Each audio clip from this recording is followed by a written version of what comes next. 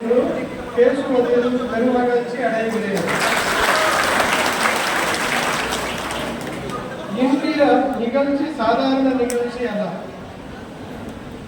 இது கிராமங்களின் கண்ணியம், செழிப்பு மற்றும் எதிர்காலத்துக்கான லட்சிய நிகழ்ச்சியாகும். எனது தலைமையின் கீழ் தமிழ்நாடு, ஆந்திரா, தெலங்கானா, புதுச்சேரி மாநிலங்களில் 72 வேளாண் அறிவியல் நிலையங்கள் சிறப்பாக செயல்பட்டு கொண்டு வருகிறது.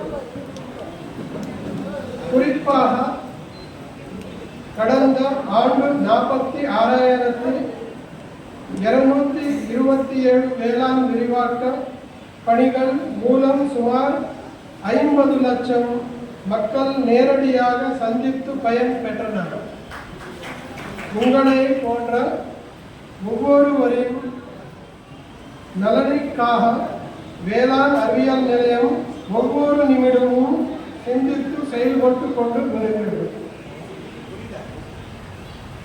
தமிழ்நாட்டின் வேளாண்மை அறிவியல் நிலையங்கள் புதுமைகளை புகுத்துவதில் ஒரு சக்தி வாய்ந்த அமைப்பாக செயல்பட்டு கொண்டு வருகிறது.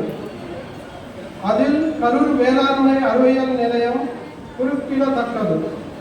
இதற்கு சான்றாக கரூர் வேளாண்மை அறிவியல் நிலையம் ஆனது மத்திய மாநில அரசுகளில் விருதுகளை 3 முறை பெற்றுள்ளது.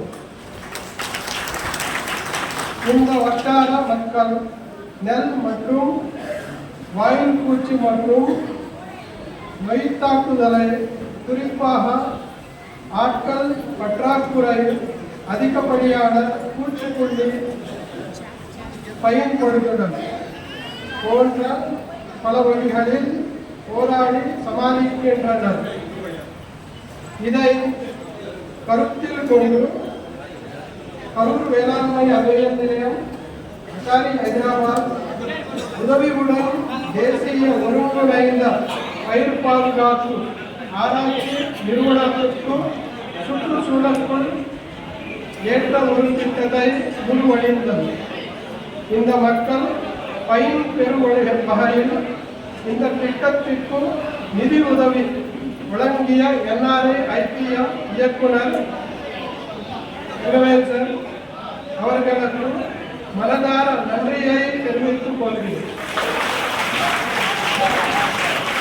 உழைப்பிற்கும் நேர்மைக்கும் பெயர் பெற்ற வேளாண் பெருமக்களை உங்கள் வாழ்வில் கார்த்திகேய தீபம் போல் வெளியேற வாழ்த்துகிறேன், வணங்குகின்றேன்.